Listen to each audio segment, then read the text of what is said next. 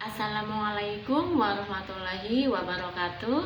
Halo semuanya, jumpa lagi di channel aku, Arjun Miswah. Baik teman-teman, semoga teman-teman selalu sehat ya, selalu disayang sama Allah dan mendapatkan kehidupan yang bahagia, mendapatkan kehidupan yang berkah. Jadi kali ini aku kepengen sharing tentang pengalaman aku tentang sholat hajat. Dulu di video pertama aku juga membahas tentang sholat hajat, yang ketika itu keajaibannya itu ketika aku mendoakan ibu aku gitu kan. Nah sekarang juga masih tentang sholat hajat, yang aku merasa doa aku langsung dikabulkan seketika itu juga. Pada saat itu memang aku lagi senang-senangnya melaksanakan sholat sunnah hajat. Jadi yang aku utamakan, ibadah sunnah yang aku rutinkan pada saat itu adalah sholat hajat ya. Jadi dulu ketika aku menikah dan baru punya anak, masih bayi gitu ya. Terus aku pulang ke rumah orang tuaku pertama bersama suamiku. Nah, suamiku itu kan orangnya suka kalau di Jawa itu suka ngendong kayak gitu ya, suka main ke rumah tetangga kayak gitu kan, suka ngobrol di situ. Nggak pandang waktu, pokoknya malam atau siang dia itu orangnya suka main gitu ya, suka bersilaturahmi lah katakanlah. Nah pada saat itu malam-malam udah jam berapa ya, jam 10 atau setengah 10 kayak gitu, udah malam kayak gitu. Nah suamiku tuh lagi main di rumah tetangga aku dan belum pulang kayak gitu. Terus aku ditanyain tuh sama bapak aku, mana nih bapaknya anak-anak, mana nih suamimu, kok nggak ada gitu. Terus aku jawab, dia lagi main di rumahnya ini kayak gitu. Kok malam banget ini belum pulang? Memangnya selama ini dia suka pergi malam-malam kayak gitu ya, suka nggak pulang-pulang, suka pulang malam. Nah aku yang gimana ya, aku yang sedikit malu sedikit kayak gitu. Aku jawab, enggak kok Pak, suamiku nggak suka pulang malam, cuman dia itu suka main ke rumah tetangga kayak gitu. Nah aku yang sedikit malu kayak gitu. Terus gimana ya kalau nanti suami aku nggak pulang-pulang, terus pulangnya larut malam, gimana pandangan orang tua aku terhadap suamiku nanti kayak gitu. Yang orang tua aku itu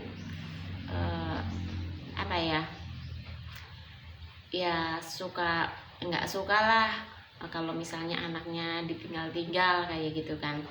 Padahal kalau aku sendiri sih ya nggak apa-apa, selama aku masih tahu keberadaan suamiku itu di mana, terus main ke tempat siapa kayak gitu, nggak apa-apa.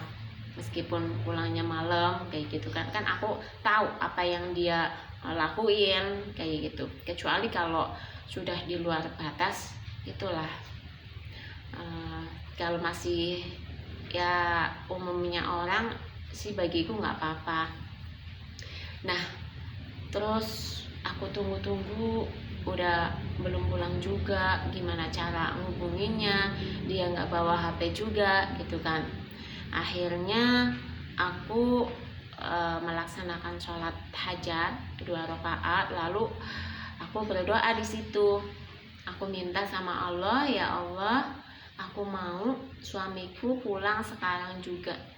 Aku nggak mau suamiku pulang sampai larut malam kayak gitu.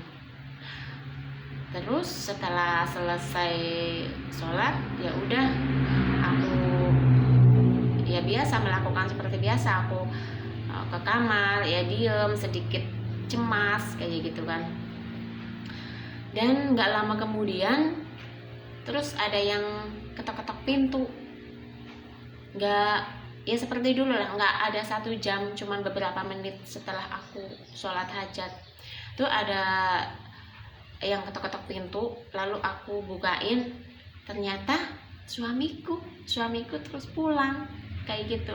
Padahal itu belum malam-malam banget lah, maksudnya dibanding ketika aku sedang berada di rumah sama suamiku main ke rumah tetangga itu suka malam pulangnya ya. Nah ketika di rumah aku itu belum malam banget lah gitu. Terus dianya langsung berada di depan pintu, ya Allah, papa udah pulang kayak gitu kan. Aku tuh yang seneng, alhamdulillah akhirnya suamiku langsung pulang. Padahal aku belum lama loh, baru beberapa menit tadi aku sholat hajat. Langsung Allah menggerakkan hati suamiku untuk pulang secepatnya kayak gitu. Waktu aku tanya dari mana, dari tempatnya ini kayak gitu. Ngobrol apa di sana? Ya ngobrol seperti biasa kayak gitu ya. Jadi ya mungkin itu terlihat sepele ya, sepele kayak yang mungkin emang dianya udah mau pulang kayak gitu kan, tanpa doain, tanpa disolatin juga dia udah mau pulang. Ya bisa jadi seperti itu. Cuman kan di sini yang aku lakuin emang aku setelah sholat hajat gitu loh. Aku setelah sholat hajat, aku minta suamiku segera pulang, dan ternyata selang beberapa menit suamiku pulang. Itu kan namanya apa yang aku minta langsung terjadi gitu loh. Apa yang aku inginkan Allah kasih gitu loh. Ini bukan cuma-cuma, bukan hanya kebetulan kayak gitu. Ada keterkaitannya. Kalau mungkin aku tadi nggak minta suamiku cepet-cepet pulang, bisa jadi dia belum jadi pulang. Bisa jadi ketika dia udah mau pulang terus cegatin tuh sama pemilik rumahnya, bentar lagi deh. Bisa jadi seperti itu ya kan. Jadi memang nggak ada yang sepele lah ya. Di dunia ini apa yang terjadi itu berkesinambungan, nggak ada yang kebetulan, pasti ada sebab musababnya kayak gitu. Misalnya hal sepele nih, misalnya teman-teman itu lagi di jalan terus ketemu sama temen berpapasan kayak gini di waktu ini di jam sekian detik, kayak juga ada sebab musababnya, ada ceritanya kayak gitu. Kenapa terus bisa ketemu di waktu ini, kenapa bisa ketemu di jalan ini, kenapa nggak ketemu di jalan sana, kenapa aku tadi lewat sini. Itu kan Allah yang mempertemukan, Allah yang menggerakkan kaki kita dan kakinya dia untuk segera berjalan ke sini. Terus ketemu. Tadi dia melakukan apa, tadi kamu melakukan apa, kenapa tiba-tiba berjalan terus ketemu. Itu kan ada keterkaitannya, ada ceritanya, semuanya ada kesinambungan. Jadi nggak ada yang kebetulan gitu loh. Jadi ya betapa pentingnya kita itu mempunyai sebuah harapan, mempunyai impian, dan dan apa ya, mempunyai betapa pentingnya kita itu meminta gitu. Kita meminta agar urusan kita itu dimudahkan kayak gitu. Itu penting banget loh teman-teman. Jadi ada energi di dalam yang bisa keluar, bisa berbaur dengan alam semesta, dan alam semesta itu memberikan jalan untuk kita gitu loh. Di ilmu The Law of Attraction, di ilmu Loa itu banyak sekali membahas tentang hukum-hukum alam yang mengandung keajaiban kayak gitu. Dan sekian dulu teman-teman, itu ceritaku yang aku melakukan sholat sunnah hajat dan doa aku langsung dikabulkan.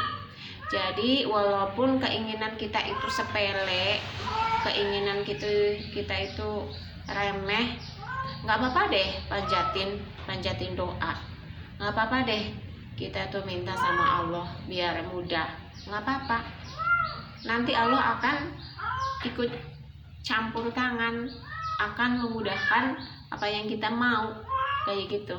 Meskipun itu hal sepele, nggak perlu kita minta hajat besar baru kita berdoa, itu nggak perlu menunggu yang besar. Jadi hal sepele pun patut kita doakan. Ya udah, sekian dulu teman-teman dari saya, semoga bermanfaat. Wassalamualaikum warahmatullahi wabarakatuh.